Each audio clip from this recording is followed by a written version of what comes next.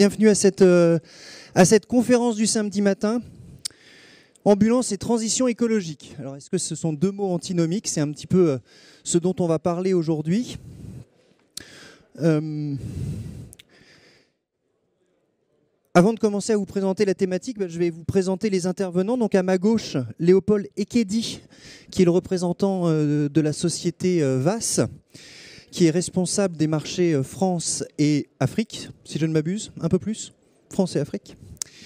Philippe Sandrin, qui intervient au titre de la Fédération française de carrosserie, mais qui est également, si vous ne le savez pas, chef d'entreprise et qui parlera peut-être de ce qu'il fait dans sa société TIB.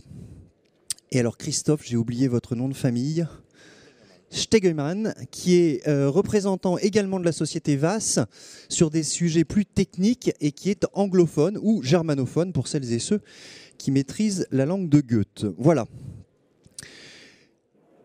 La question de cette conférence, c'est est-ce que les ambulances peuvent et ou doivent participer à l'effort écologique de nos sociétés? Vous n'êtes pas sans savoir que le spectre de la transition climatique, du changement climatique n'est plus à nos portes, il est déjà installé dans notre quotidien. Les ambulances, qui représentent une portion infime en définitive des véhicules roulants, doivent-ils participer à cette transition écologique?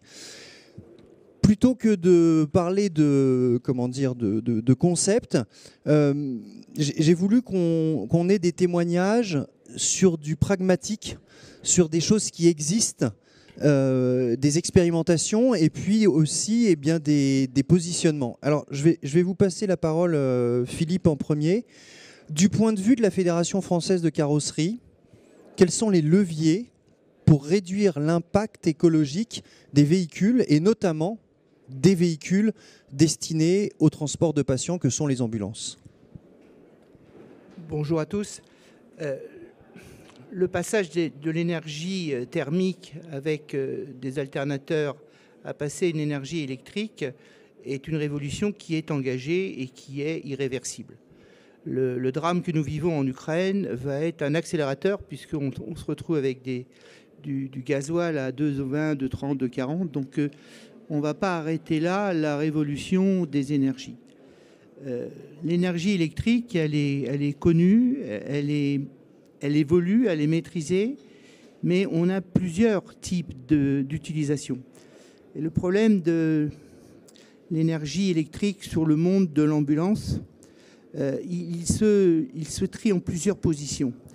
L'ambulance, il y a trois types d'ambulances. Il y a un modèle A, il y a un modèle B. Alors j'ai oublié de vous dire, je suis également fabricant d'ambulances d'urgence et de véhicules spécifiques. Donc il y a un modèle A, il y a un modèle B, un type A, type B, type C. Je pense qu'au fil du temps, le type A va pouvoir passer en énergie électrique puisqu'on va d'un point A à un point B, on a un planning, on peut gérer les choses. Avec des difficultés probablement encore de masse, mais l'évolution des moteurs électriques font que l'autonomie est en train de s'améliorer.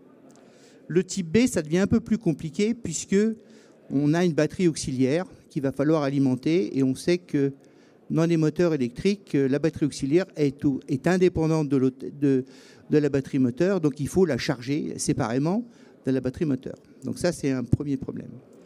Et quand on est au type C, alors c'est pire encore, puisque les batteries auxiliaires sont des outils complémentaires. Et quand on avait le moteur thermique, l'alternateur nous donnait une puissance complémentaire à l'infini, à travers des batteries auxiliaires qu'on rechargeait. Aujourd'hui, il n'y a plus d'alternateur. Donc on se retrouve dans une situation où on est obligé d'accrocher des batteries auxiliaires pour pouvoir résoudre le problème de type C. Donc je disais qu'aujourd'hui, le type C, c'est pas l'actualité. C'est encore beaucoup trop tôt. On ne peut pas y aller. Mais je voudrais revenir sur les paramètres de l'énergie électrique. L'énergie électrique, les véhicules qu'on va avoir demain, ils vont durer 20 ans, voire 25 ans. Parce qu'un moteur électrique, ça ne se dégrade pas. Il n'y a pas de maintenance. L'énergie électrique, le moteur électrique, il est pour une autonomie définie. Il va y avoir un problème également avec la masse. Il faut savoir qu'aujourd'hui, quand on est en moteur thermique et qu'on roule en surcharge par rapport à la masse qu'on a définie, on consomme un peu plus. En moteur électrique, demain, l'autonomie sera diminuée. Il y a un troisième point. En moteur électrique, les énergies complémentaires qu'on a besoin pour utiliser l'ambulance, ça peut être l'électricité, ça peut être l'éclairage, ça peut être le chauffage, ça peut être un additif. Il faut une batterie auxiliaire. Et cette batterie auxiliaire, il faut pouvoir l'alimenter. Donc on va voir apparaître des énergies nouvelles, qui vont être l'énergie solaire, qui va être un additif. Aujourd'hui, c'est une anecdote, mais demain, avec les moteurs électriques, vous aurez systématiquement, dans tous les véhicules utilitaires et le monde de l'urgence, il y aura des panneaux solaires. Il y a un troisième point, c'est les véhicules que l'on fait aujourd'hui, qui sont sur des bases fourgon-tôlé, ils ont une durée de vie qui ne permet pas quand il y a une dégradation, de les réparer et de les rénover. Et l'énergie qui est gérée dans un fourgon-tôlé n'est pas la même exploitation que dans ce qu'on appelle une cellule. La cellule, elle est plus isolée. Et la cellule est réparable et rénovable. Donc ce qui était du jetable hier, demain, ça va durer 25 ans. Donc il faut qu'on reconçoive notre manière d'acheter les véhicules en sachant que ces véhicules, ils vont durer dans le temps. Ils vont être réparés, ils vont être rénovés, parce que la motorisation électrique, c'est d'une fiabilité absolue. Donc tous ces paramètres-là, il faut qu'on les mette en entrée. C'est-à-dire qu'on ne peut pas se dire... Et alors, dernier point très important, et qui va peut-être changer toutes les homologations des ambulances. Celui-là, c'est peut-être le pire. C'est le couple de démarrage. Dans les ambulanciers, ils ont un point de départ, un point de fin, et on est dans l'urgence. Et bien, le couple de démarrage fait qu'il est probable que les homologations actuelles des véhicules sanitaires qui sont à 10 G sur 5 axes, qui sont faits à l'UTAC ou au TÜV, où il y a 2 organismes européens qui ont les compétences pour le faire, eh bien, je ne suis pas du tout convaincu que demain, l'homologation 10 G sera suffisante et qu'il faudra peut-être revoir l'homologation au BNA pour vérifier que des couples de démarrage de 4G ou 6G multiples ne vont pas exploser l'aménagement des véhicules qui ont, eux, été testés en un simple effet 10G. Donc on est dans une révolution technologique qui va avoir des effets très importants sur l'ensemble des véhicules utilitaires légers. Et nos caractéristiques, pour vous, ambulanciers, vous ne pouvez pas partir d'un point A sans savoir que vous n'allez pas y arriver au point B. Donc vous avez l'obligation d'avoir une autonomie. Bon. Aujourd'hui, concrètement, on commence à faire des ambulances électriques. Mais c'est des ambulances intramuros. Paris, il va y avoir des ambulances électriques, mais intramuros Paris. On a sur des sites industriels, on commence à mettre de l'ambulance électrique, mais en dessous de 350, 400 km, un SDIS, un ambulancier ne peut pas se mettre en électrique, parce que c'est encore trop tôt. Donc on est aujourd'hui sur une génération de moteurs de 33 kW. Demain, il va y avoir une génération à 55 kW. Dans 2 ans, il y aura une génération à 85 kW. Ce qui veut dire qu'en 2025, on va avoir des véhicules qui vont faire 400 km d'autonomie. On commence à rentrer dans les choses plus raisonnables. On aura des batteries qui vont se charger beaucoup plus vite. Par contre, on ne connaît pas la répartition de la masse. On n'a pas encore la connaissance de comment on va pouvoir faire les choses. Donc la notion de changer d'énergie, dans nos métiers, dans le métier d'ambulancier, il faut vérifier tout l'impact que ça va avoir. Et la base, c'est que vous ne changerez plus d'ambulance comme vous le faites aujourd'hui. L'effet de kilomètre n'aura aucun effet sur le moteur électrique. Donc il faut que vous achetiez demain des ambulances qui vont être durables. Et ça, c'est une autre révolution qui va s'engager. Mais c'est un des impacts de l'énergie électrique. On est sur des durées de vie importantes. Donc tout ce qui va être accroché au véhicule devra durer du même temps. Je ne sais pas si vous savez, mais Renault est en train d'apprendre sur des voitures à réparer ces voitures, les rénover et les remettre dans le circuit. Eh bien, dans la motorisation électrique, on va apprendre à gérer les véhicules beaucoup plus longtemps. Et puis, il y a un dernier paramètre au niveau de l'énergie électrique, je ne sais pas si vous avez entendu parler, mais ce qu'on appelle le rétrofit. Demain, vous allez pouvoir, vous avez un véhicule, vous allez pouvoir le rétrofiter de thermique à électrique. C'est en train de petit à petit commencer. On pense qu'il va y avoir des essais sur des trafics électriques homologués UTAC qui vont avoir lieu à Grenoble, je crois début avril, qui sont pour l'instant du trafic phase 1, donc c'est des trafics un peu anciens. Le phase 2 va se faire d'ici la fin de 2022. Et à mon avis, le master X62 sera traité en milieu 2023. Donc on va pouvoir à la fois acheter des véhicules électriques neufs et transformer ces véhicules thermiques en électriques. Donc la notion de changer d'énergie, elle a un impact complet et ça, je pense que ça va révolutionner la mobilité dans son ensemble. Et quand je vous ai parlé tout à l'heure de l'énergie solaire, même si aujourd'hui c'est sur un toit de véhicule, c'est 500, 600 watts, quand vous allez multiplier ça par le nombre de véhicules qui vont avoir des panneaux solaires, c'est des dizaines et des dizaines d'éoliennes. Ça va en complément de dizaines et dizaines d'éoliennes. Et on est en train d'apprendre, et ça peut avoir un impact pour vous, on est en train d'apprendre à l'énergie qu'on n'aura pas consommée dans la journée, la remettre dans le réseau, soit particulier, soit du parc de véhicules. On est quasiment prêt à pouvoir réalimenter le soir, remettre dans le pavillon et alimenter un radiateur électrique pendant 8 heures gratuitement. Voilà. Donc, moi, je pense qu'aujourd'hui, ce qu'on va vivre, on ne peut plus réfléchir de la même manière. Ce ne sera pas les mêmes véhicules qu'on aura demain. Voilà. Merci pour ce premier point de vue. Si je résume un peu, électricité, transformation des véhicules, transformation globalement de la mobilité, transformation aussi de penser l'usage du véhicule avec la prise en compte, on y reviendra sur l'aménagement, à savoir que la transition écologique n'est pas qu'une histoire de motorisation, c'est aussi une histoire de considérer le véhicule dans son ensemble et c'est un mot que vous n'avez pas utilisé Philippe, mais il y a la question du réemploi qui se pose parce que réemployer tout ou partie du véhicule réduit l'impact écologique du véhicule.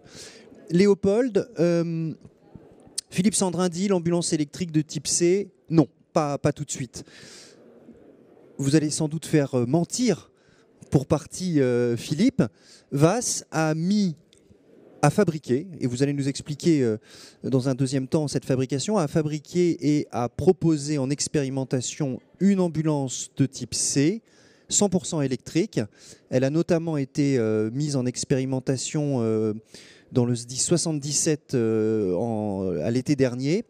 Je voudrais que vous nous parliez de cette ambulance de manière peut-être un petit peu provoque. Est-ce qu'elle fonctionne en fait ? Est-ce que l'ambulance électrique de type C, chez VAS, c'est quelque chose qui fonctionne? Est-ce que ça fonctionne dans tous les cas de figure? Est-ce que c'est réservé, comme Philippe le suggérait, à des conditions urbaines? Quelle est l'analyse que vous faites chez VAS de cette motorisation électrique pour une ambulance de type C?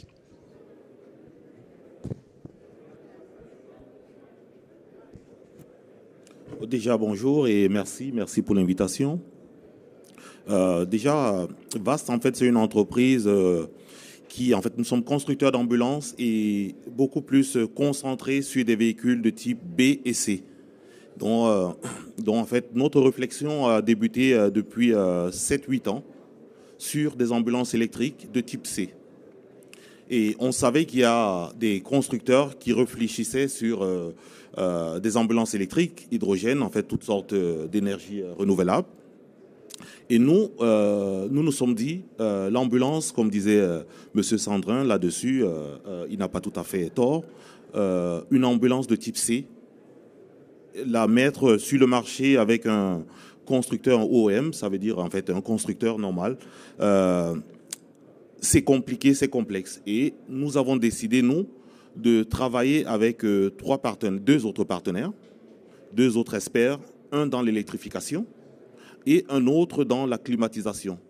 Parce qu'en fait, les ambulances de type C, le tout, c'est la partie aménagement, les équipements additionnels, la clim, le chauffage en conditions hautes et fortes de température. Et là, nous sommes mis à 3 pour réfléchir sur le concept. Donc, on a une ambulance qui a déjà fait, que vous voyez affichée, qui a déjà plus de 20 000 km, 20 000 km en conditions réelles de test. En fait, nous, notre concept, notre philosophie, c'est pas de présenter une ambulance, de faire des essais ou des tests. Nous, c'est la mettre entre les mains des utilisateurs. Là, par exemple, elle a été testée chez les pompiers, c'est vrai que c'est une ambulance Centone qui n'est pas adaptée à un VSAV de pompier, par exemple, qui est plus lourde. Je vais passer. Je pars peut-être sur le concept. Voilà. Reviens en arrière.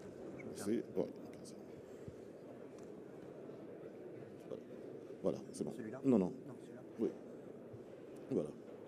En fait, comme je disais, VAS s'est mis avec trois spécialistes. Un qui a une expérimentation, comme disait M. Sandrin, dans le rétrofit, qui rétrofit des véhicules en véhicules électriques, qui a une grande expérience de plus de 15 ans, une entreprise allemande. Et on s'est dit, nous, que ce concept ne suffisait pas. Il fallait rajouter la partie clim et chauffage. Donc, on s'est mis avec un autre partenaire qui a cette expérimentation dans la climatisation et le chauffage. Et on a développé un véhicule qui n'est pas en fait, c'est pas un véhicule, par exemple là, c'est sur une base Mercedes, mais c'est pas un véhicule Mercedes, c'est un véhicule électrifié, vaste, avec des partenaires. En fait, c'est un rétrofit, comme disait M. Sandrin. C'est un rétrofit, c'est un véhicule rétrofité. Voilà, avec vraiment des tests approuvés, avec une autonomie, on parlait du couplage, on parlait de la vitesse maximale à 120 km/h, avec une capacité de batterie de 87 kW,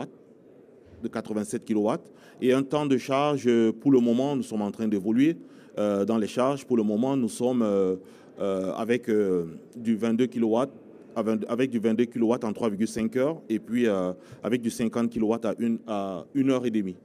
Et 1 heure et demie avec une autonomie de 150 à 200 km. Il faut dire que l'autonomie, c'est dans la partie roulage. On a en plus de cette capacité une batterie additionnelle, auxiliaire additionnelle, qui vient alimenter toute la partie ambulance, chauffage, clim, et qui vient en additionnel.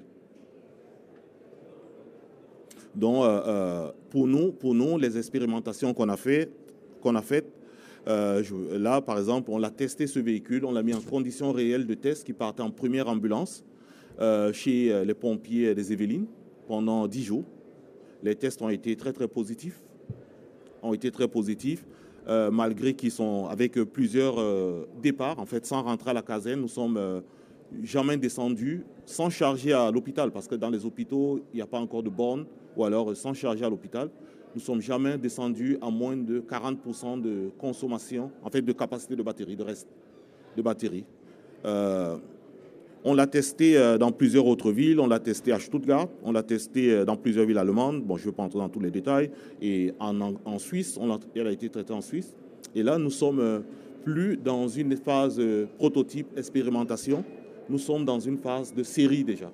Donc, nous avons les premiers véhicules qui sont en commande, qui vont être présentés au prochain salon Interschutz en Allemagne des clients. Bon, les premiers véhicules de série sont déjà sur la ligne chez nous.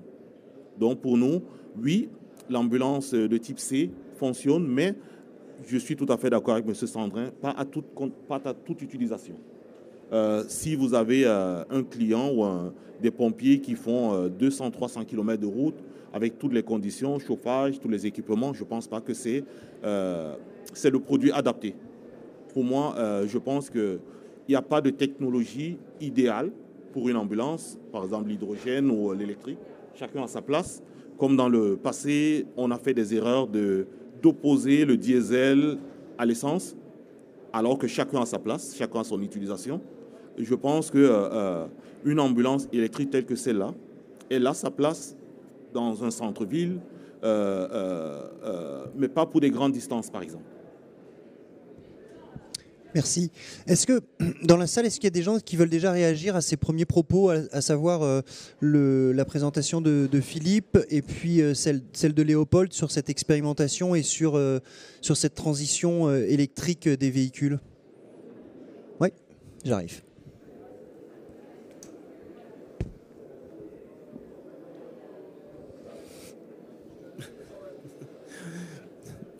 Passe le micro juste après.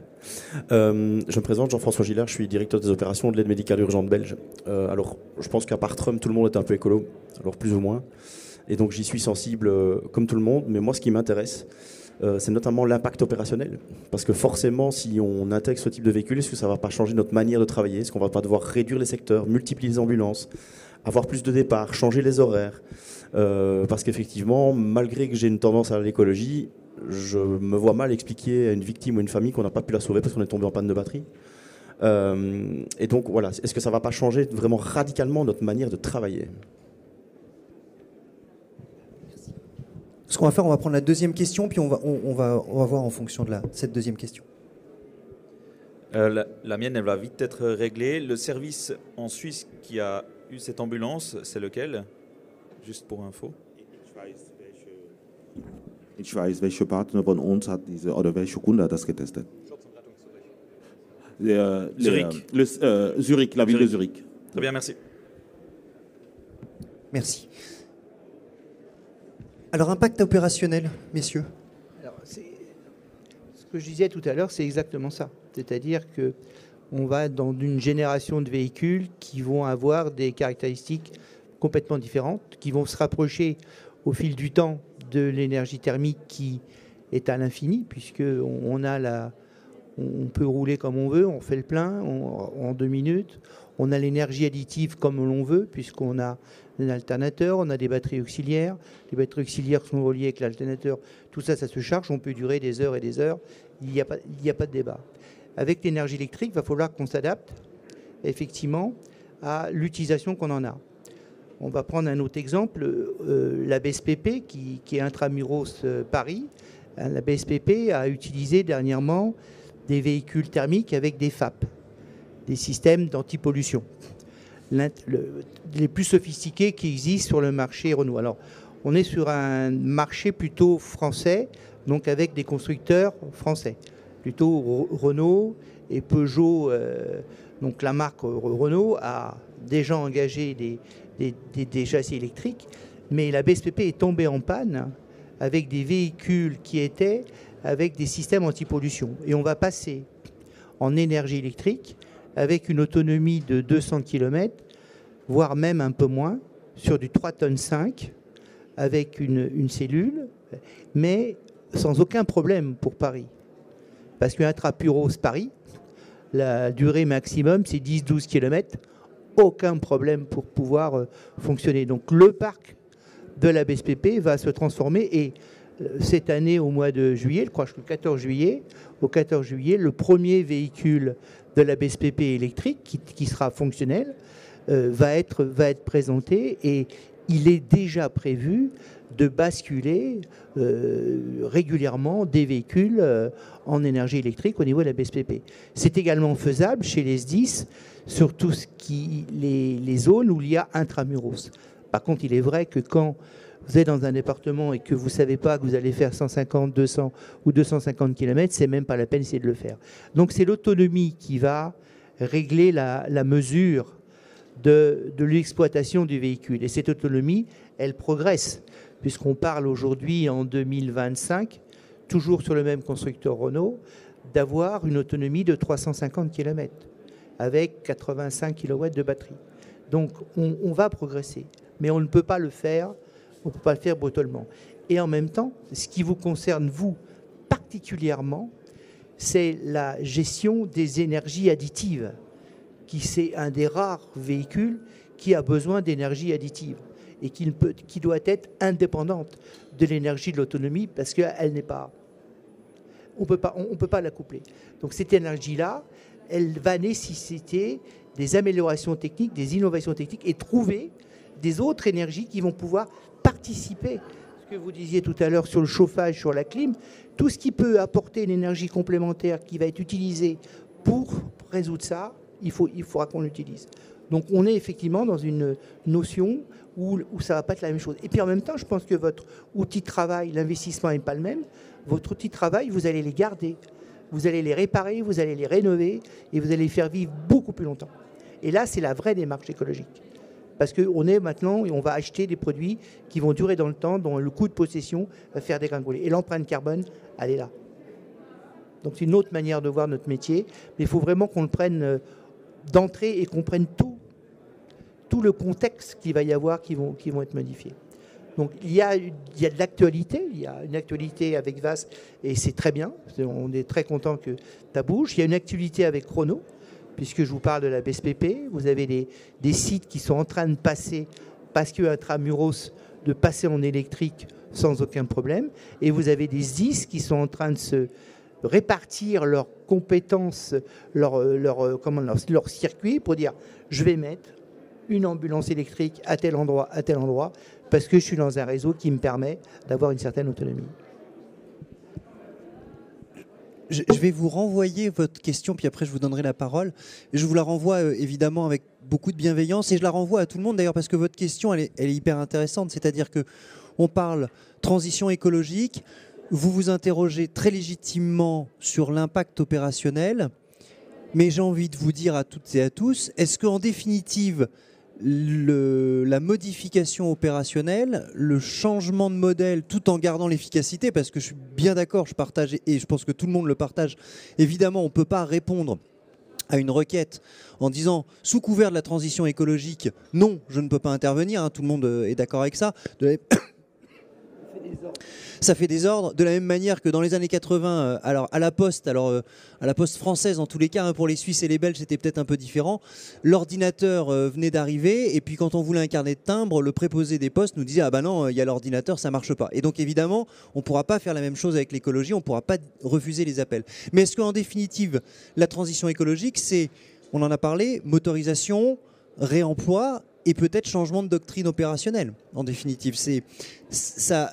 Alors évidemment, ça chamboule. Hein. Hier, on faisait une conférence sur la digitalisation des secours. Il y avait un intervenant qui disait si on veut digitaliser les secours, si on veut verdir les secours, hein, si on prend ce verbiage-là, il faudrait que ça change rien. Mais ça change des choses au niveau des constructeurs. Je pense que ça devrait changer des choses au niveau des intervenants, sans dégradation de service, évidemment. Mais peut-être qu'on reparlera un petit peu de ça. Côté VAS, si j'entends bien, et vous êtes en droite ligne avec ce que dit Philippe, votre produit, vous le considérez comme étant technologiquement abouti dans une première version. Il y a des évolutions, vous l'avez souligné. Donc avec un travail sur la motorisation, avec un travail sur les équipements, donc sur les deux, les deux sujets principaux pour rendre le véhicule opérationnel. Mais vous dites également, ça n'est pas la solution à 100% à l'ensemble des usages. C'est bien ça. Vous allez continuer à fabriquer des ambulances thermiques pour répondre à d'autres besoins ? Je pense qu'en fait, nous sommes un constructeur d'ambulances et on répond aux besoins du marché, on répond aux besoins d'une législation, on répond à un besoin d'une évolution.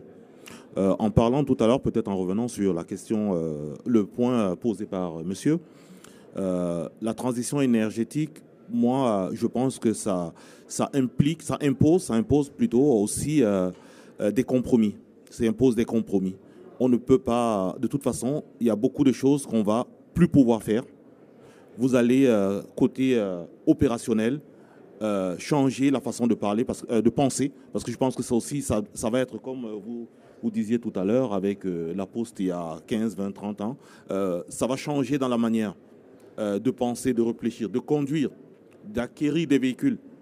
Parce que par rapport à votre activité, vous avez des véhicules, même aujourd'hui, vous achetez différents types de véhicules. Donc moi, je pense qu'à l'avenir, ça va rester.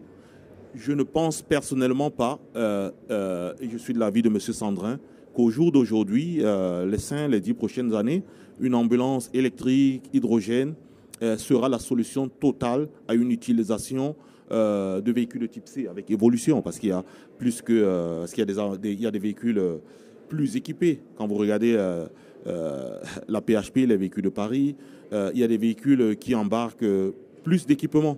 Donc, une ambulance électrique, pour moi, ne pourrait pas être la solution à tout. Ne pourrait pas être la solution à tout. Sur cette histoire de changement de doctrine opérationnelle, qu'est-ce que ça vous évoque à vous alors ? On doit changer ou on ne doit pas changer ? Ah, je vois des sourires. Quel est le frein aujourd'hui pour vous sur le fait de s'équiper en électrique ?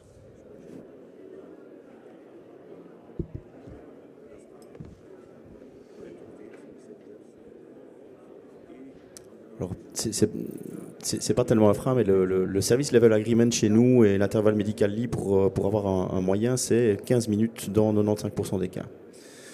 Sincèrement, voilà, alors ça nécessite une réflexion, hein. Là on est en train d'y réfléchir, mais moi je ne serais pas d'avis de passer finalement sur l'électrique si je ne peux pas garantir le même SLA qu'aujourd'hui. Parce qu'effectivement, même si on a une amélioration technologique, même si on a une amélioration écologique, je ne pense pas qu'elle puisse se faire au détriment de la qualité opérationnelle et du SLA qu'on a fixé. Donc à partir de, voilà, donc on pourrait avoir une réflexion du style, effectivement, pour les cas par exemple, les interventions urbaines. Voilà, oui, là on pourrait imaginer de passer à l'électrique, mais de ne pas passer à l'électrique dans des milieux plus ruraux, avec des courses plus longues, avant d'avoir une amélioration technique qui puisse nous garantir presque à 100% qu'on puisse garder le même niveau opérationnel. Moi je serais plutôt dans une réflexion de cet ordre-là, mais voilà, je laisse les autres réagir.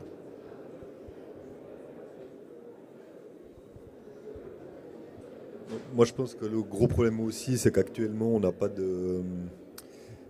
d'exemple fonctionnel réaliste qui existe dans un pays ou dans un autre. Il y a plein de petits projets, de prototypes ou comme ce véhicule qui sont essayés, mais on n'a pas encore une solution globale de comment on doit utiliser un système électrique. Je pense qu'il y a quand même des questions, notamment sur le nombre de véhicules, parce que oui, ils vont durer plus longtemps, mais peut-être qu'on devrait en avoir un ou deux de plus. Et puis quand on rentre de mission, on prend un véhicule chargé ou des modules de batterie qui changent. Je vois ça difficilement faisable vu le poids du matériel. Et après, il y a toute une réflexion encore technique, parce que sur un véhicule électrique, pour garantir la mission, on devrait avoir une réflexion que, en termes de régulation, une fois qu'on a l'endroit où on va, avec la connaissance de notre réseau hospitalier, où c'est qu'on va aller amener le patient, on devrait avoir une information qui nous dit c'est garanti, enfin une espèce d'aide électronique qui garantisse qu'on a de l'énergie encore pour aller là. Après, pour moi, en panne ou pas en panne, c'est un faux problème, parce que les véhicules thermiques, ils s'arrêtent aussi de temps en temps. Donc voilà, mais je pense qu'il y a encore plein de choses à développer, puis il n'y a pas encore... c'est très exploratoire, je trouve. Même s'il y a des modèles qui peuvent être satisfaisants. Ce qui est clair, c'est qu'on est dans une révolution. C'est une révolution à marche forcée qui a été faite dans la mobilité. Et les constructeurs, les propositions que les constructeurs font aujourd'hui ne sont pas encore adaptées. Parce qu'eux-mêmes sont dans une phase de prototype. Ils avancent doucement. Dans les voitures, ça y va. Mais dans les VUL, il y a très peu de choses, ou quasiment inopérables. Donc, quelque part, on est dans une phase de démarrage. Mais cette phase de démarrage, il faut qu'on en profite pour se dire ce qu'on va acheter demain, c'est pas ce qu'on a acheté hier. Il faut qu'on s'y prenne autrement. Parce qu'il y aura de l'autonomie en plus. Puis on parle de l'autonomie du chauffage, de la clim, mais il faut peut-être parler de l'autonomie d'énergie qu'on a besoin pour avoir du matériel médicalisé à l'intérieur du type C. On a parfois des 4 kW, des 5 kW qui sont considérables et qu'on ne sait pas. On ne sait pas ajouter aussi facilement qu'en thermique, à part des batteries auxiliaires qui, elles, doivent être auto-alimentées, puisqu'ils ne peuvent pas avoir d'énergie pour les aider à se recharger. Donc on est dans une boucle où on a une autonomie qui est connue, qui doit être gérée par rapport à sa masse, par rapport à ses coupes de démarrage, par rapport à tout ça. Une autonomie additive qui doit être gérée, qui est variable. En type A, il n'y a pas besoin de grand-chose. En type B, il faut déjà des batteries auxiliaires. Et en type C, on arrive à avoir des puissances additives qui sont phénoménales. Donc cela, il faut les gérer. Et elles sont gérées de manière indépendante aux batteries du véhicule. Mais ce qui est sûr, c'est que les constructeurs n'ont pas encore les outils pour nous proposer des véhicules adaptés à nos besoins. Complètement. C'est encore trop tôt. Par contre, il est urgent que demain, on n'achète pas la même chose. Et qu'on se dise... Il faut que j'achète des produits qui vont durer, qui sont faits pour pouvoir être exploités d'une manière différente. Et ça, à mon avis, c'est d'accrocher des choses nouvelles. On n'a pas parlé d'un élément important, le bruit. Demain, vos ambulances en électrique, vous allez être catastrophés. Vous allez tomber par terre. Parce que vous vous dites, mais comment ça se fait que j'ai accepté d'acheter des ambulances qui faisaient du bruit? Mais c'est phénoménal. Donc il faut nous, constructeurs, il faut qu'on reprenne toute la base de construction, de tenue, de bruit, de poids, et puis également de réparabilité. Parce que quand vous aurez une ambulance que vous dites mais j'ai fait aucune panne, elle a 700 000 km, mais je peux la continuer, bah vous allez dire écoutez, faut me réparer mon ambulance, faut faire ça parce que moi je continue avec. Vous avez l'exemple des, comment on appelle ça, les Kangoo de la Poste. Les Kangoo de la Poste, ils ont 1 million et quelques. Il n'y a pas une Kangoo à vendre en électrique. Par contre, on a vu les postières en hiver avoir le cache-colle et le bonnet parce que s'ils mettaient le chauffage, eh ben ils finissaient pas la tournée. Et encore aujourd'hui, ils finissent pas la tournée. Donc, vous vous rendez compte, l'ambulance, on est dans une situation qui est des fois pire. Donc, il faut qu'on prenne le temps. Il faut qu'on prenne le temps. Mais on sait que ça bouge. Puisqu'on a maintenant concrètement des clients qui veulent commencer. C'est clair. Et aujourd'hui, les constructeurs, qu'on commence à taper 250, 300 km d'autonomie, à 2-3 ans, on est bon. On va avoir des piles à combustible au niveau des batteries qui vont permettre d'avoir un additif d'énergie complémentaire. Mais on peut pas, vous ne pouvez pas aujourd'hui décemment acheter un type C électrique pour faire l'exploitation que vous en avez aujourd'hui. Il faut qu'elle soit parfaitement maîtrisée dans son utilisation. Et l'exemple de la BSPP est le bon exemple. L'électricité est la solution par rapport à un Intramuros, par rapport à un FAP. Parce que le FAP, il faut faire des kilomètres pour le nettoyer. Et Intramuros Paris, ben, c'est une catastrophe. Donc l'électricité, ça va sauver la BSPP. Par contre, il fallait avoir un châssis qui soit disponible. On avait hier un châssis de 33 kW. Il y a demain matin, c'est-à-dire en juillet 2022, un 55 kW. Il va y avoir début 2023 un 85 kW. Donc avec des autonomies différentes, avec des véhicules qui vont faire 4,5 tonnes. Je pense qu'il va falloir commencer à discuter entre vous avec l'État pour que les permis de conduire puissent avoir des dérogations de même type qu'il y a au niveau de la sécurité civile. Vous savez que les pompiers peuvent rouler jusqu'à 4,5 tonnes avec une dérogation de permis de conduire. Je pense que les ambulanciers devraient s'intéresser très rapidement à ce sujet-là parce que les véhicules vont faire 4,5 tonnes. Vous aurez une autonomie de 250-300 km avec des châssis de 4,5 tonnes ou 5 tonnes, comme Vasselet, du reste, c'est des poids lourds. Entre 1,5 tonnes, on ira jusqu'à 55 kg. Et après, ça sera du poids lourd. Par contre, vos permis, il faut faire la dérogue.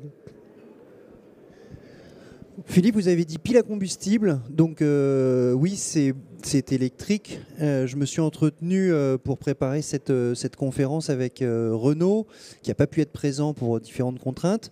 Et Renault, au-delà de l'électrique tel que vous le présentez, parie également sur l'hydrogène, donc sur un mode de motorisation donc électrique, sachant qu'il y a une pile à combustible qui donc consomme de l'hydrogène pour créer de l'électricité et puis entraîner la partie motrice et puis la partie et puis l'alimentation de la cellule arrière. Lorsque je vais prendre la parole un petit peu longtemps pour bien présenter au mieux leurs propos.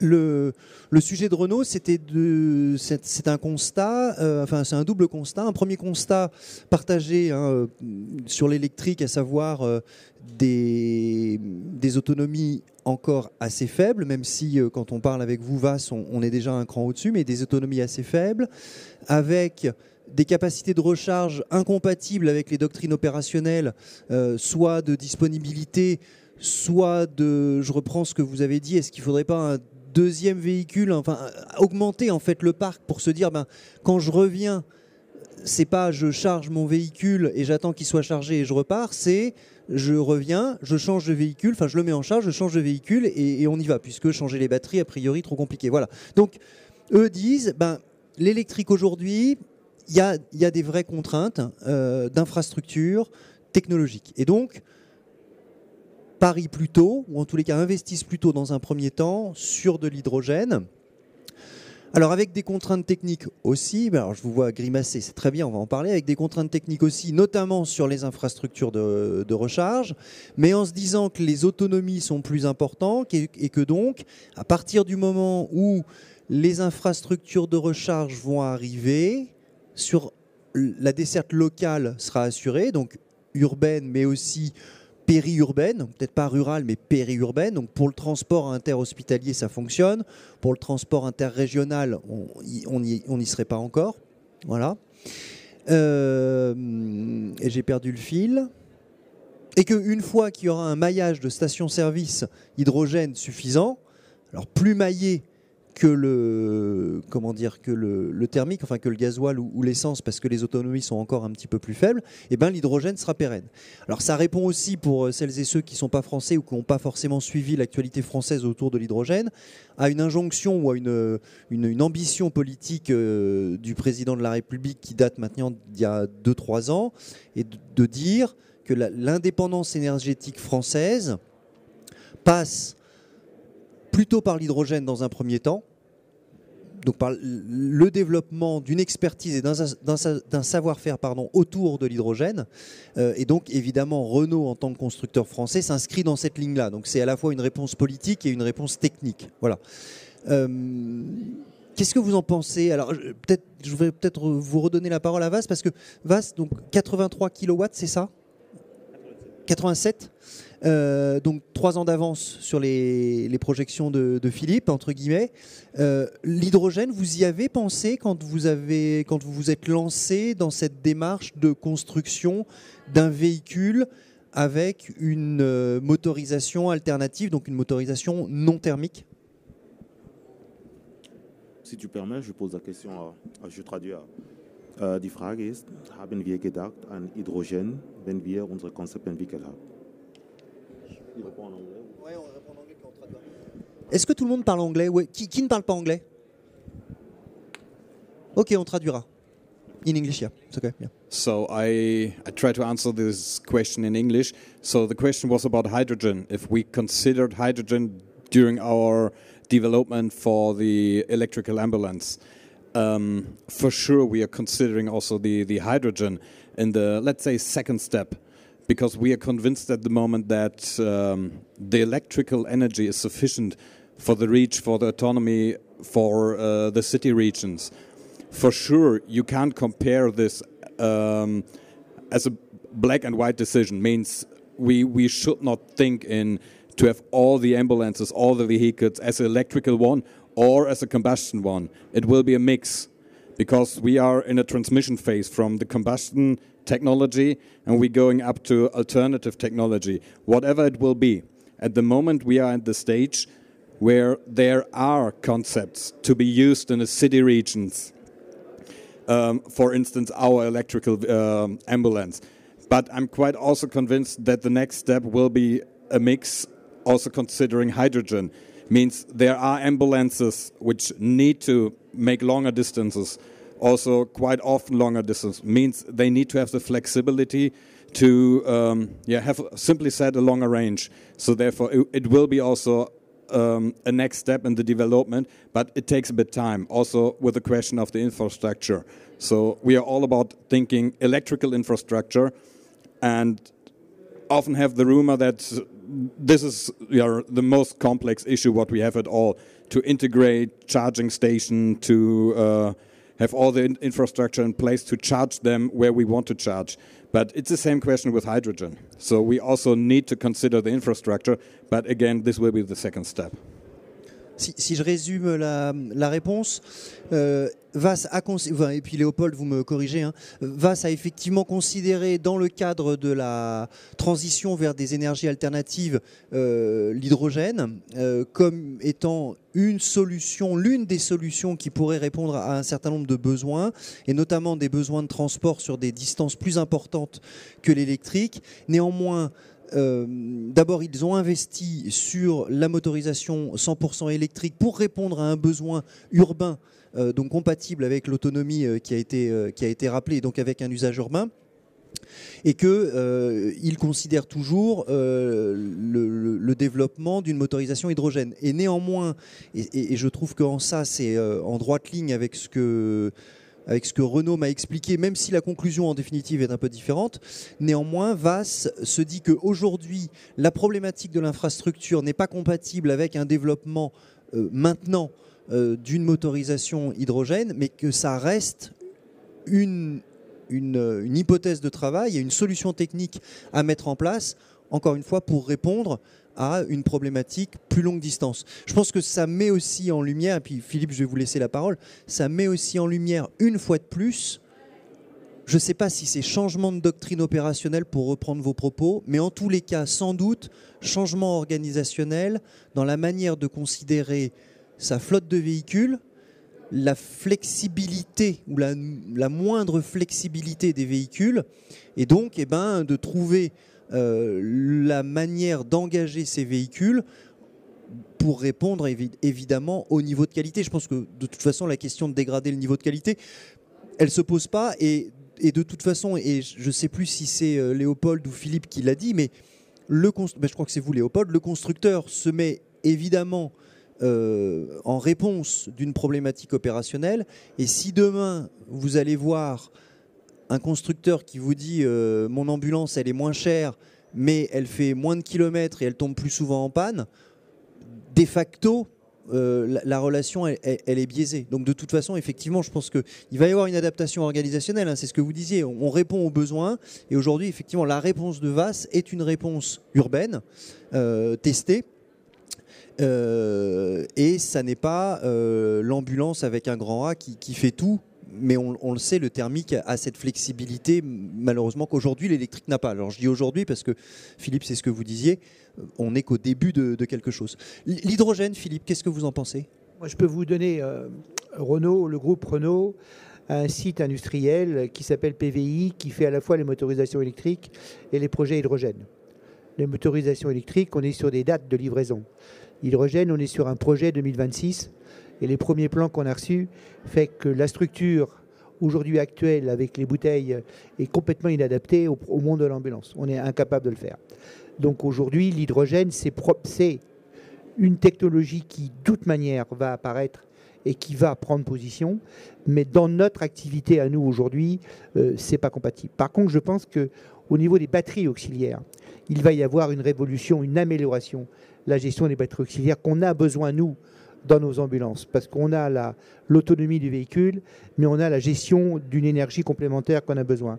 Et là, c'est là une des clés qui va permettre peut-être d'accélérer cette autonomie, dans la gestion des batteries auxiliaires qui sont en train de se révolutionner au fil du temps et qui vont également très vite. Donc nous, dans les réponses que nous font les constructeurs, alors on en a effectivement qu'un, mais il est national, c'est... il faut en parler parce que c'est une notion de développement, mais ce n'est pas du tout l'actualité aujourd'hui. L'actualité Renault, c'est de sortir le 85 kW. Voilà l'actualité. C'est celle-là. L'hydrogène, oui, mais ils ne sont pas encore. Et par contre, attaquer également le rétrofit, puisqu'il est clair que la révolution verte, elle ne se fera pas à travers des châssis que neufs, elle va se faire également par rapport à la transformation de châssis thermiques en électrique. Mais vous venez tout à l'heure en disant on va acheter un véhicule électrique et puis on le mettra dans une situation, mais les châssis électriques, un 55 kg, ça vaut 70 €. Un Master classique, ça vaut 22 000. Même s'il y a des primes, des subventions, on n'est pas dans le même monde. Par contre, c'est clair que les choses s'écroulent. Les choses s'écroulent dans la maintenance, mais ce n'est pas du tout les mêmes budgets. Dans le rétrofit, on peut partir du principe que vous avez acheté un châssis, un véhicule, il a 10 ans, vous allez le rétrofiter, c'est comme si vous allez acheter un châssis neuf. La valeur d'un rétrofit, ça va être la valeur d'un châssis neuf. Par contre, cette possibilité-là, il faut que vous la mettiez dans votre tête par rapport à ce que vous allez acheter demain. Il faut vous dire demain, les véhicules que vous allez acheter demain, il faut qu'ils soient rétrofitables. Acheter thermique, pas le choix. Acheter thermique et apporter des additifs de dépollution du thermique, des baisses de consommation. Il y a des outils complémentaires qui sont existants, qu'on n'utilisait pas. Mais à 2,20 € le litre de gasoil, ça va changer la donne. S'il faut faire un additif de 1 000 ou 1 500 € sur un moteur thermique, il faut le faire. Par contre, faites des achats aujourd'hui que vous allez pouvoir continuer de traiter demain. Et ça, c'est fondamental. Donc ça, c'est ce qui est intéressant dans le débat, c'est qu'il faut réfléchir autrement dès maintenant. Dès maintenant. C'est-à-dire que demain, le rétrofit, ça sera la révolution du parc qui va exister et tout le monde va rétrofiter. Tous les artisans, tout le monde va rétrofiter. Parce Parce que ça va être on n'a pas le choix. Puis avec, je répète, ce qu'on prend aujourd'hui, ce qui se passe d'une manière géopolitique, ça va s'accélérer, ça ne va pas aller en baissant. Ça va s'accélérer. Et déjà, la révolution est difficilement gérable pour la mobilité, mais elle ne va pas s'arrêter là. Vas, vous rétrofitez, hein, vous l'avez dit tout à l'heure, vous achetez, je schématise un peu, vous achetez un châssis avec un moteur thermique, un châssis adapté à vos ambitions technologiques d'électrification. Vous enlevez le moteur thermique et vous remplacez avec vos partenaires la partie motorisation et la partie alimentation de la cellule arrière. Aujourd'hui, vous ambitionnez, vous avez déjà réfléchi à la possibilité non pas de rétrofiter des châssis neufs, mais d'être capable de rétrofiter, alors peut-être pas aujourd'hui, hein, en fonction des châssis disponibles, mais d'être capable de rétrofiter des ambulances thermiques existantes, déjà roulantes. Je reprends sur la première question. Sur la deuxième, je vais plutôt laisser mon collègue répondre.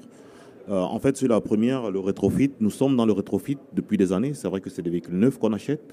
Pour le moment, on a deux concepts. On a un concept 5 tonnes, plus de 5 tonnes, sur une base Mercedes qu'on achète. On enlève le moteur, on enlève en fait tout ce qui va autour du moteur thermique, les réservoirs, on enlève tout et on l'électrifie. On électrifie le châssis avec des modules de batterie qu'on pose sur le châssis. Des modules de batterie qu'on pose sur le châssis qui peuvent être modulables, en fait, qui peuvent être enlevés l'une ou l'autre en fonction de la durée de vie. On a un autre concept sur un moins de 5 tonnes qui est sur un 4,2 tonnes, sur une base de Iveco, Daily, qui est beaucoup plus adaptée à des utilisations type pompier, VSAV, qui est sur 4,2 tonnes. Et là, nous sommes en construction des premiers véhicules pour la France. Je crois qu'ils vont être livrés en fin d'année.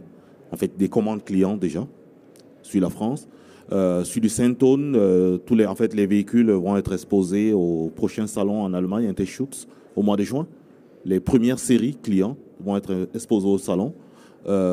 Effectivement, on fait du rétrofit. Et la deuxième question, c'était savoir si dans le futur, on peut s'imaginer prendre un véhicule déjà thermique et le rétrofiter. Je dis oui, mais je repose plutôt la question à mon collègue. Christoph, die Frage ist, in Zukunft können wir uns vorstellen, eine thermische Fahrzeug zu nehmen, eine normale thermische Fahrzeug, so Dieselfahrzeug, zu nehmen und ein Retrofit machen und ein Elektrikfahrzeug zu bekommen. Ja, es ist die Frage, dass du antwortest. Wenn ein Kunde sagt, er hat ein Fahrzeug, der Diesel ist, und ob wir das einfach so nehmen können und das, genau. So yeah, the question was about whether we will be capable to make a retrofit in an existing vehicle. For instance, a Mercedes-Benz Sprinter, if someone has a base vehicle or a fully integrated ambulance, whether we will be capable to do this. Basically, I would say yes, because simply said, we are producing these battery kits based on the latest version of the Mercedes-Benz Sprinter. Is there any vehicle available, or as my colleague said also for the Iveco Daily, if there's any vehicle available and the customer wants to have a combustion-free version, means as a second life, as an electrical ambulance, it would be basically possible. For sure, we have to make certain changes to make the communication between the base vehicle and the electrical drivetrain. But these interfaces, we moreover know, because basically it's our vehicle, our box body on this, and then we would be able to integrate these systems. La réponse de Vas, c'est qu'effectivement, oui. Alors aujourd'hui, c'est pas fait, mais aujourd'hui, effectivement, c'est possible dans la mesure où Vas, maîtrisant l'ensemble de la chaîne technologique d'électrification du véhicule sur la base d'un châssis adapté, effectivement, c'est une possibilité. Philippe, je vous voyais réagir, je vous voyais trépigner comme ça. Je trépignais pas, mais le rétrofit, la base du rétrofit, c'est transférer un châssis thermique en électrique, mais qui doit obligatoirement être âgé de plus de 5 ans. Ça, c'est une réglementation française. Ça, c'est la réglementation du rétrofit. Il faut que les véhicules aient plus de 5 ans. Donc, ce que fait VAS, c'est très bien, mais ils prennent un châssis neuf et ils le transforment, ils l'électrifient. Ça, c'est une autre chose.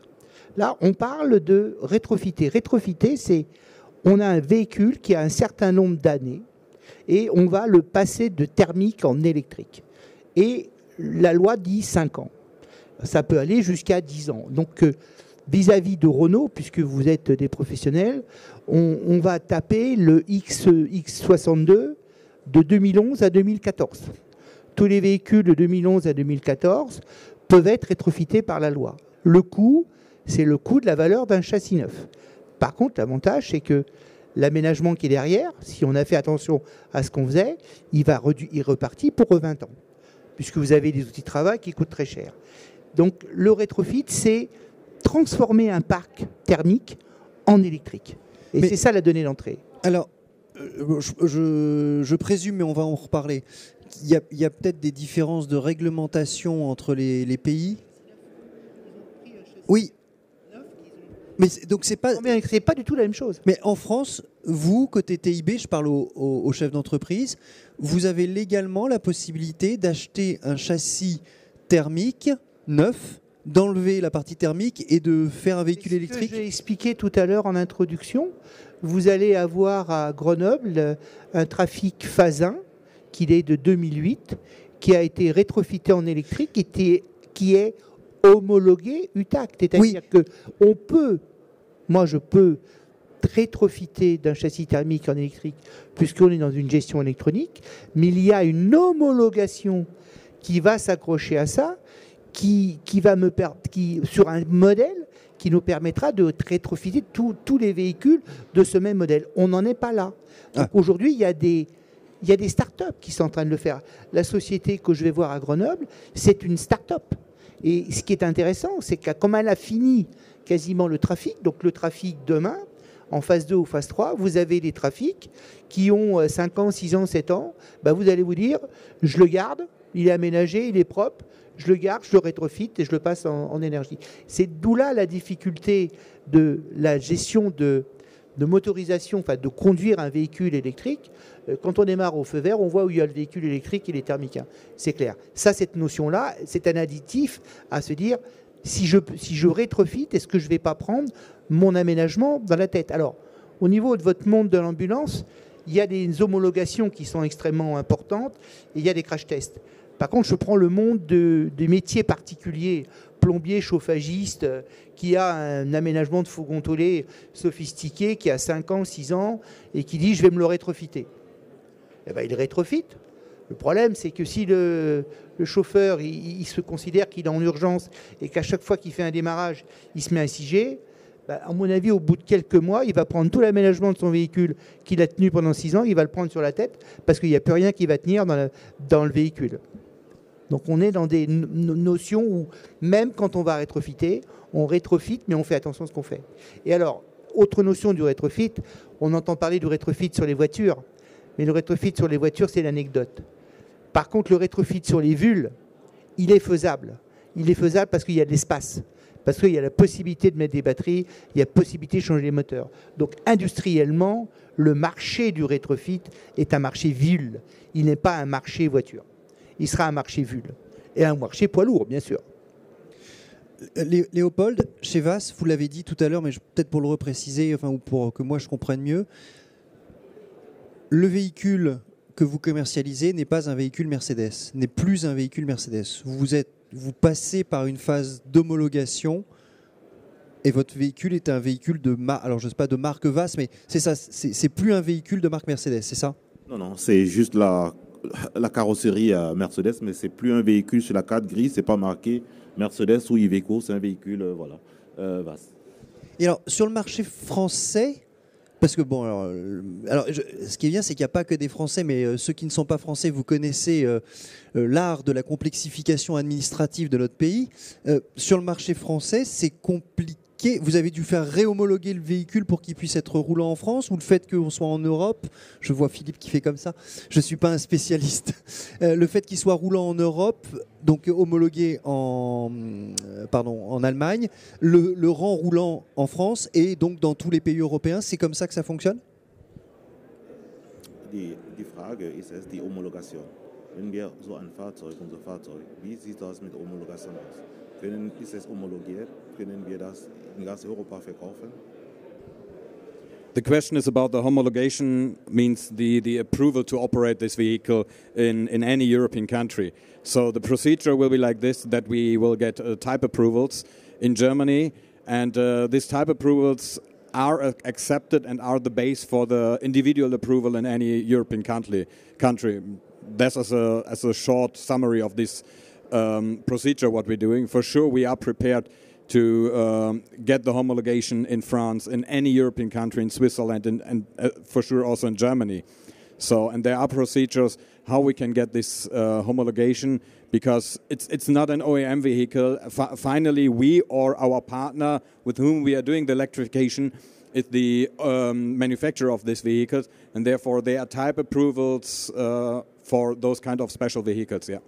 And so there is a short the approval, the different national approvals are shorter because you have the full one in Germany.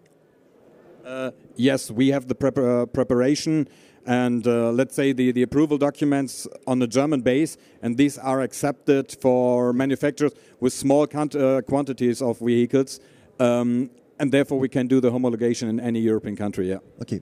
Donc tout le monde a besoin que je traduise ou pas? Qui a besoin que je traduise? Parfait. On va pouvoir continuer en anglais. Si, madame? Non? Ok. Je regarde ma montre. Est-ce qu'il y a des questions dans la salle là? Parce qu'on explore pas mal de sujets. J'ai encore deux, trois autres questions. Est-ce qu'il y a des questions dans la salle? Est-ce que vous êtes convaincu de la nécessité de changer de véhicule? Oui. Malgré les... non.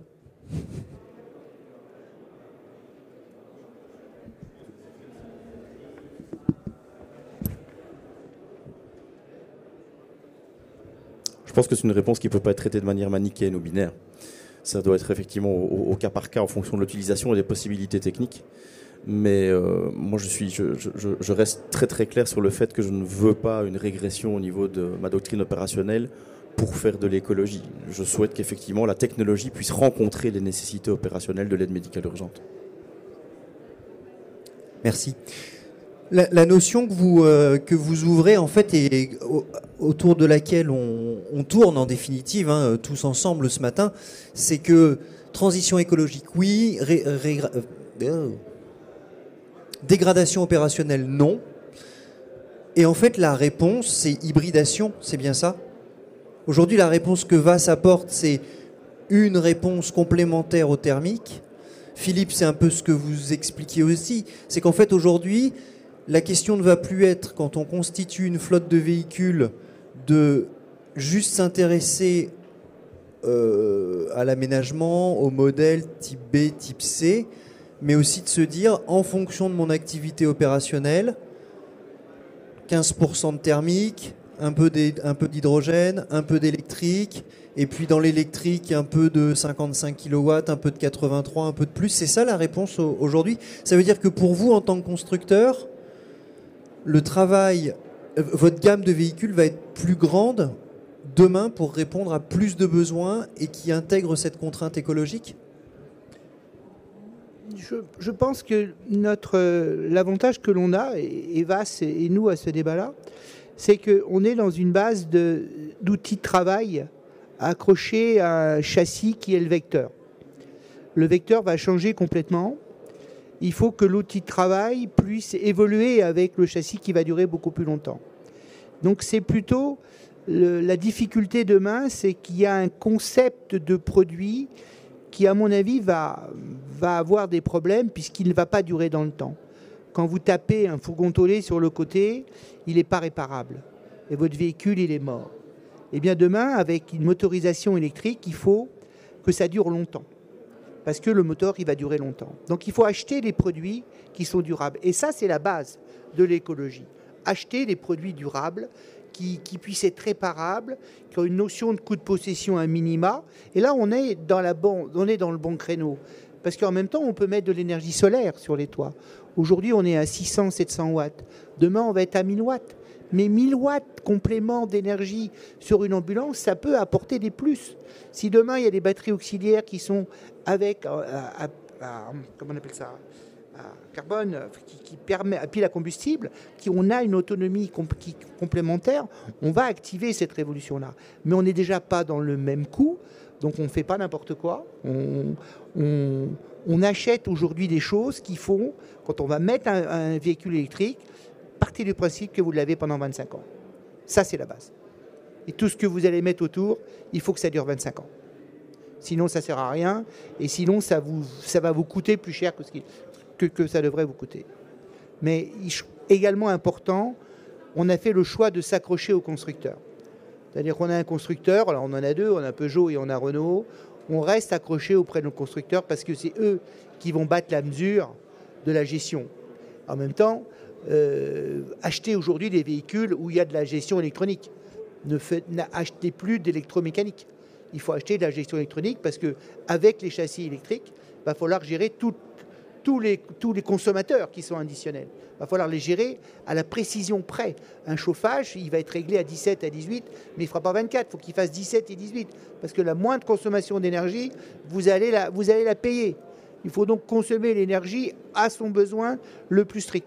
Et la vraie révolution également, c'est que les véhicules qui vont être électriques vont être des véhicules bourrés d'électronique. Donc ça va également transformer le monde de la carrosserie, qui est encore pour la plupart en électromécanique. Mais on ne gère pas d'énergie électrique en électromécanique. Vas, vos clients qui achètent aujourd'hui des véhicules électriques, est-ce que vous connaissez leur motivation ? Est-ce que vous savez pourquoi ils font ce choix du véhicule électrique ? C'est répondre à une... Si vous ne savez pas, vous ne savez pas, hein, mais c'est répondre à une préoccupation écologique ? C'est répondre à... Il y a un engagement des acheteurs dans une transition écologique. Ce sont d'autres contraintes. Vous savez pourquoi on vous demande des véhicules électriques ? La première raison, hein, je pense que c'est la principale, c'est répondre aux besoins de la législation. De la législation de la transition écologique, c'est la principale raison. Je pense qu'aujourd'hui, au jour d'aujourd'hui, bien que quelqu'un disait que même un véhicule thermique tombe en panne, ça reste le véhicule le plus approuvé, le plus sûr pour le moment. On va vers, je ne dirais pas une incertitude, mais on va, comme tout, vers un futur qu'on ne connaît pas trop, qui dépend de plusieurs paramètres. Vous avez parlé des contraintes tout à l'heure. Il y a des contraintes politiques. Nous, on a fait des tests en opération réelle dans la ville de Paris avec un service de pompiers. On a vu des difficultés, par exemple, qu'il y avait de charger dans des hôpitaux. Il n'y avait pas de préparation. Les véhicules de pompiers, c'est pas dans l'organisation. Pour moi, je pense que le politique, en poussant les utilisateurs, vous poussant d'aller vers des véhicules plus propres, je pense qu'à l'autre côté, infrastructure, en Allemagne, par exemple, ça rime dans les hôpitaux. C'est pour ça que vous avez vu presque tous les tests qu'on a fait. On a fait beaucoup de tests en Allemagne. Les 10-15 minutes qu'ils attendent, en France, j'ai moi-même participé à des tests en opération réelle. Nous sommes restés des fois à 45 minutes, 1 heure de temps. À l'hôpital, on attendait. En Allemagne, en 15-20 minutes, même si vous prenez 10-15-20% en attendant, ça remonte. Donc les hôpitaux, c'est vrai que le système de secours est un peu différent, mais les hôpitaux sont préparés à recevoir des ambulances électriques. Donc c'est un peu une question politique. Voilà, c'est un peu une question politique. Et puis peut-être pour aller un peu pas dans le sens de ce que disait M. Sandrin sur s'attacher à des constructeurs, nous on a fait le choix de ne pas, un choix inverse, de ne pas s'attacher à des constructeurs, parce qu'en fait, nous, on s'est dit, les constructeurs, de toute façon, l'ambulance, c'est pas leur cible, c'est une niche, c'est rien pour eux. Donc, ils vont pas mettre un développement en pensant aux ambulances. On a d'autres contraintes. C'est pour ça que nous, on a réfléchi, en fait, on a décidé de prendre le sens inverse. Philippe, en France, c'est le politique qui pousse l'électrification du parc ? Oui, c'est le politique, c'est une opération marketing départementale. C'est à qui aura le premier l'ambulance électrique dans son département, c'est clair.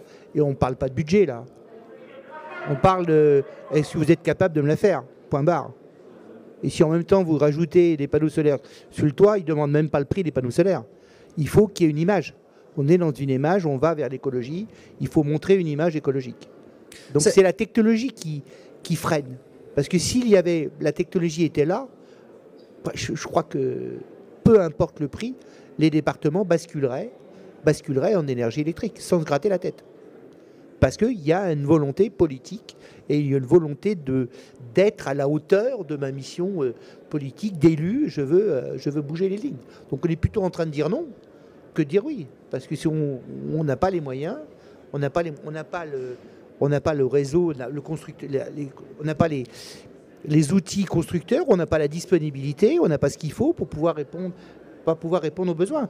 Par contre, d'un autre côté, je pense que pour la maintenance, pour la gestion d'un parc de véhicules qui sont les vôtres, il faut quand même que vous puissiez vous accrocher à des réseaux de concessionnaires et autres. Ça me paraît fondamental. Même si la motorisation électrique est très fiable, il peut y avoir des remplacements on parle aujourd'hui que des plaquettes de frein et il n'y a pas grand-chose. Mais bon, néanmoins, je pense que s'accrocher à un réseau, c'est bien. Mais aujourd'hui, la volonté, si on pouvait aller plus vite, si le monde politique avait les outils pour pouvoir accélérer les choses, il le ferait.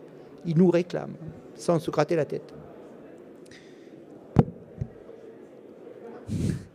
Je vous vois sourire.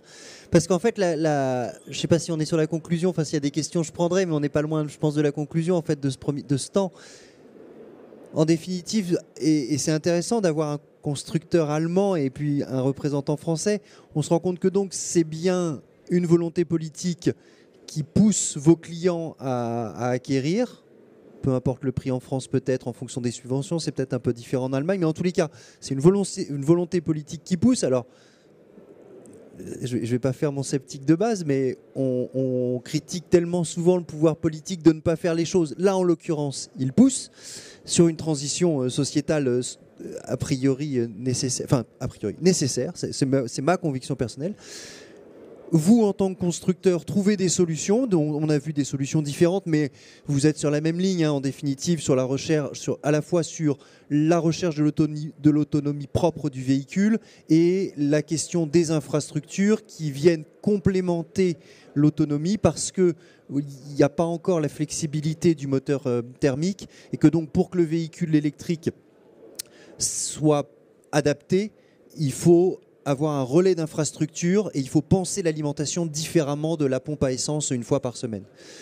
Ça veut dire pour monsieur, et puis je pense que pour messieurs également, ça veut dire qu'en définitive, c'est vous les utilisateurs qui allez devoir vous organiser et revoir tout ou partie des doctrines opérationnelles pour répondre à des enjeux politiques. C'est une bonne nouvelle ?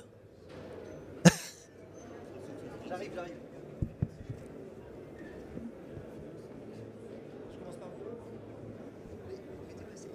Ouais, donc si effectivement ça revient à nous de régler les affaires stratégiques, on sera moins sûr que ce sera bien fait, si on ne devra pas se baser sur notre politique. Après, effectivement, du point de vue financier, je rejoins assez ce qui est dit. Actuellement, on ne parle pas d'argent parce que c'est vraiment plus une volonté de passer à l'électrique. Nous on est dans une ville avec une administration. Ils ont décidé de passer à l'électrique, même si je leur ai dit que c'est pas possible dans l'utilisation, ils nous achètent plus de véhicules thermiques actuellement. Donc, pas encore pour les ambulances, mais pour tout le reste des véhicules, c'est comme ça. Donc on se doit, je pense, d'y passer. Il y a pas de... Puis il faut que ce soit bien et le plus intelligent possible. Et je pense pas qu'on doit que se baser sur des constructeurs qui connaissent pas forcément le métier même. Et puis on doit être aussi, nous, un peu participatifs pour amener des innovations et puis des solutions pérennes. Alors, je pense qu'il faut faire l'exercice et il faut mener la réflexion. Mais c'est plus compliqué que ça parce que je vais amener un élément supplémentaire et notamment c'est l'élément financier. Je fais partie d'une administration publique. Comme toutes les administrations et tous les gouvernements, on essaye de réduire le déficit public, ce qui est normal. Et donc, mon service, comme toutes les administrations fédérales en Belgique, sont sur une réduction de 2% de frais de fonctionnement par an. Rien que pour le renouvellement des véhicules, et je ne parle pas d'ambulance ici, je parle de véhicules normaux équipés de signaux prioritaires pour des gens qui doivent se rendre dans les centres de crise ou dans des postes de commandement opérationnel. Avec rien que l'élévation, justement, on est aussi sur des normes EMAS, des normes européennes, qui garantissent l'écologie, mais ça veut dire que le parc, c'est une augmentation de budgétaire d'environ 30 à 35%. Ça veut dire que si moi, mon budget reste inchangé, je dois supprimer plus de 15% de mon parc. ça veut dire que moi, je vais avoir des problèmes avec mes collaborateurs parce qu'il y en a certains qui vont dire je vais quand même pas aller à un centre de crise à pied. On parle notamment du coût, on parlait d'un coût notamment, monsieur évoquait des coûts de 70 000 euros véhicules contre 22 000 euros. Ça veut dire aussi qu'au niveau des renouvellements des parcs ambulances, ça va être... Alors la bascule, elle se fera qu'une fois, et il y aura des économies d'échelle qu'on va récupérer d'une autre main, j'entends bien, mais il va quand même falloir expliquer à un service qu'il faudrait a priori plus d'ambulances, puisqu'on en a parlé suite aux recherches, si je reviens de mission, etc. Mais l'ambulance qu'on me demande d'acheter, en fait, je pourrais en acheter 3 thermiques pour une électrique, alors que je devrais acheter plus d'électrique que ce que je n'ai de thermique. Bref, ça commence à devenir vachement compliqué à mener comme réflexion. Voilà. Je savais bien qu'on n'allait pas simplifier le sujet ce matin. Bonjour à tous. Après là, je pense qu'on discute beaucoup en silo. On parle des ambulances. Mais quand je vois, je crois que l'entreprise VAS, c'est une entreprise allemande, et que la production d'électricité en Allemagne est encore due à 50% des énergies fossiles, je me dis que c'est une sacrée toile d'araignée, et puis qu'on peut essayer de résoudre le problème des ambulances à moteur thermique, mais on se rend compte que le problème il est bien plus important que ça. On peut aussi parler de la volonté politique.